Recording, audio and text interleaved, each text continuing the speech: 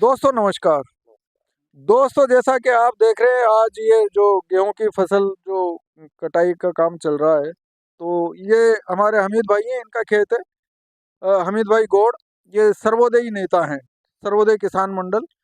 किसान आंदोलन जो चला था तो उससे ये सक्रिय रूप से जुड़े रहे और बिल्कुल इन्होंने सब 13 महीने तक लगातार आंदोलन चलाया था कि ना किसानों से जुड़े हुए मुद्दे भी ये उठाते रहे हैं। तो एक तो इसमें ये है फसलों का मामला कि रबी हो या फसल हो, जो प्रकृति की मार है उससे जो है सीधी मार किसानों पे पड़ती है। सरकार मुआवजा नहीं देती, बीमा कंपनियां, वो एक अलग मुद्दा है। लेकिन अभी जो सबसे बड़ा जो किसानों पे संकट आने वाला है 1-2 महीने बाद में, तो वो आने वाला है कि जो ईरान, इजराइल और अमेरिका का जो युद्ध चल रहा है, तो उसमें क्या है कि जो हॉर्मुज, स्ट्रेट ऑफ हॉर्मुज पे जो उसने पाबंदी लगा रखी है, वहां से किसी को निकलने नहीं दे रहा। तो उसमें जो पेट्रोल का और जो गैस का जो क्राइसिस है वो तो सामने दिख रहा है। लंबी लंबी कतारें शुरू हो गई हैं, पेट्रोल पंपों पे भी लंबी लंबी कतारें, और लड़ाई झगड़ा शुरू हो गया है। देवास में ही आज मार पिटाई की एक पेट्रोल पंप पे खबर आई थी। तो ये किसान आंदोलन से भी जुड़े हुए हैं, खुद भी किसान है। ये हम इनके खेत में खड़े हुए हैं, ये भाई साहब का ही खेत है, गौड़ साहब का। तो मैंने कहा चलो आज ये जो खेत पे चल के अपन इनका लेते हैं इनका बयान। तो 2 महीने हैं सिर्फ, और लड़ाई खत्म होने के कोई आसार नजर नहीं आ रहे। किसानों पे बहुत बड़ा संकट आने वाला है, क्या कहेंगे इस बारे में? अगर ये लड़ाई बंद नहीं होगी तो हार्मोन हार्मोन से जो हमारी अमोनियम गैस जो खाद बनता है, अगर वो गैस भी नहीं आएगी तो खाद कैसे बनेगा? खाद नहीं बनेगा तो हमारे देश के किसानों पे संकट आएगा। संकट आएगा तो खेती हमारी कमजोर होगी। पहले बात तो होगी ही नहीं, आजकल किसान इसके आदी हो गए खाद के। और दूसरी बात, जो हमारा पेप्सिसाइड जो दवाएं वगैरह ये आती है, जो भी उसी खाड़ी से निकल के आती है, तो वहाँ पे भी इफेक्ट पड़ेगा। तो सरकार को चाहिए कि अभी से ही हमारी गैस की जो अमोनियम गैस आती है वो किसी और दूसरे तरीके से लाई जाए, किधर और जगह से लाई जाए।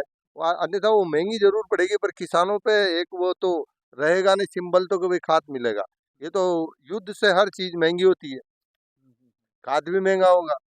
अगर ये युद्ध रेगुलर चला तो हम देख ही रहे हैं, गैस पे डीजल पे आज कतारें हुई। गुजरात में क्या हो रहा है, कई फैक्ट्रियां, हमारी राजस्थान की टाइल्स की फैक्ट्रियां बंद हो गई है। तो ये युद्ध लंबा चलेगा, अभी तो कोई आसार दिख नहीं रहा इसको भाई ये बंद हो। तो हमारा सरकार से आग्रह है कि वो अमोनियम गैस फर्टिलाइजर जो हमारे खाद में जो संकट की जो आने वाले 2-3 महीने में किसानों को खाद चाहिए, तो उसका सरकार को पुख्ता इंतजाम करना चाहिए, जो किसानों को एक संबल मिले और एक उसकी भरपाई हो सके। अन्यथा किसान का तो जो अब जो जून में हमारी फसल आ जाती है, 2 महीने और हमारे पास है, तो खाद का स्टॉक, वो अमोनियम गैस फैक्ट्री बंद है। फैक्ट्रियाँ गैस से जी चलती जी है, जी। कहीं डीजल से चलती है, तो संकट तो सारा आने वाला है। चावल में भी संकट आएगा, कई बंदरगाहों पे चावल पड़े हैं हमारे। तो किसानों पे जो संकट ही संकट है। तो हम तो यही करते हैं कि भाई युद्ध बंद हो तुरंत, और सारे सामान आवाई जाए हो, और ये अमन चैन शांति बनी रहे।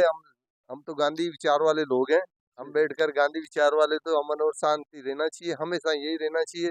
तो सरकार से मैं रिक्वेस्ट और आग्रह करता हूँ कि किसानों पे जो आने वाला संकट खाद का और जो हमारी दवाइयों का जो गैस है उधर से जहाज आता है, तो उसी से तो अमोनियम गैस बाहर से आती है सारी, हमारे पास तो है नहीं, इसीलिए तो डीएपी आज आसमान छू रहा है। और सरकार इसका इंतजाम करे, किधर से भी लाके घुमा के लाए, इधर से लाए, आगे से लाए, पीछे से लाए। तो ये किसानों के लिए बहुत संकट का घड़ी है, गंगा संकट की समय है पूरे देशवासियों के लिए। और हम तो यही प्रार्थना करते हैं ऊपर वाले से, सभी से, कि भाई युद्ध बंद हो। अच्छा, सरकार इंतजाम नहीं कर पाई तो ये तो संकट तो सामने खड़ा ही है, मान लो। ऐसे में आपकी क्या तैयारी है? नहीं, संकट सरकार तो हमारी क्या तैयारी, जहाज तो वो ईरान निकलने देगा वहां से, हार्मोज। ऐसा नहीं लगता आपको कि ये तो चला के अपन ने क्राइसिस मोल लिए? नहीं नहीं, ये तो एक ऐसा वो सिस्टम है, आरबेल बीमार, ये कहावत है हमारे आड़ू की। आरबेल बीम आरबेल में ही मार, सिंह ने पूछ से ही मार।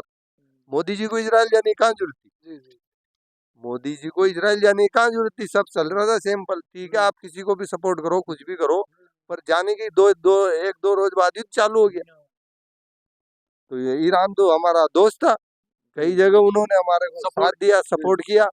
कई जगह हमारा डीजल सस्ता देता था सस्ता 2019 में, बहुत सस्ता देता था, और वो हिंदुस्तान के पैसे में ही खरीदता था, और उसका जो लोडिंग अनलोडिंग उसका भी वो भरपाई करता था। बैंक में भी यही रखता था। नहीं, कहीं वो ऐसी कौन सा एक बैंक था, यू यूके बैंक, यहाँ एक बैंक था वो डूबने के कगार पे था, उसके पैसे करीब 14,000 करोड़ रुपए उस बैंक में डाले जब वो बैंक उभरा। तो वो तो ईरान हमेशा भारत का दोस्त है और आगे भी रहेगा। जी। पर ये जो आज की जो कूटनीति है, विदेश नीति है, ऐसे काम नहीं चलता है। हमारे को भी ईरान की जरूरत है, ईरान को भी हमारी जरूरत है, अमेरिका को भी हमारी जरूरत है, और हमें भी अमेरिका की जरूरत है। सब देशों की एक दूसरे से जरूरत होती है, और आयात निर्यात होता है जब देश तरक्की करता है। हर देश जब ही तरक्की करेगा जब वहाँ अमन और शांति रहेगी। तो ये थे हमीद भाई मेरे साथ में, ये सामने भाई साहब का खेत है। आपका नाम बता दीजिए सर। मेरा नाम जीत सिंह। जी जी, आप भी जुड़े रहे शायद किसान आंदोलन में, हमीद भाई के साथ जाया करते थे आप, है ना? कई बार गए इनके साथ, पहले भी जी, जी। यहाँ भी हुआ था एक आंदोलन, तो उसमें भी गए थे हम पहले। कोटा में किया था हमने, धरना दिया था। तो ये आपके खेत हैं ये? हाँ हाँ, ये 4 आ- बीघा अपने गेहूं है। आपने काटना शुरू नहीं किया? नहीं, अभी नहीं, अब काटेंगे अब। अच्छा। अब काटेंगे, वो शादी वादी में लग रहे थे, उधर शादी आ रही थी, जब आज ही निपटे हैं। अब देखो कल परसों तक क्या होता है, कल परसों तक या 1-2 दिन में देखते हैं। अच्छे तो आज पक जाए थोड़े बढ़िया, और तो फिर तो कटवाएं। क्या कहना चाहोगे, ये जो अब खाद का संकट आ रहा है? भाई ये जल्दी से जल्दी सरकार तैयारी करे और मंगावे, किसी न किसी इंतजाम करे, उनकी जिम्मेदारी है ये, है ना। खाद है, डीजल है, पेट्रोल है, नहीं तो फिर ये किसान कहाँ जाएंगे।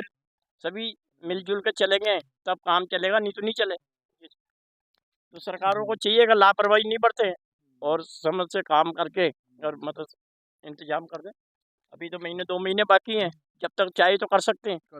तो दोस्तों, जब ये अपना जो कोरोना का टाइम आया था तब भी क्या है कि अपने जो हर सेक्टर में माइनस में जा रही थी जीडीपी और ग्रोथ, लेकिन जो किसान है, जो खेती किसानी से जुड़े लोग हैं, जो इस देश का अन्नदाता है, तो उस टाइम पे भी, कोरोना के टाइम पे भी हमारी जो ग्रोथ थी खेती किसानी में 3% से ऊपर थी।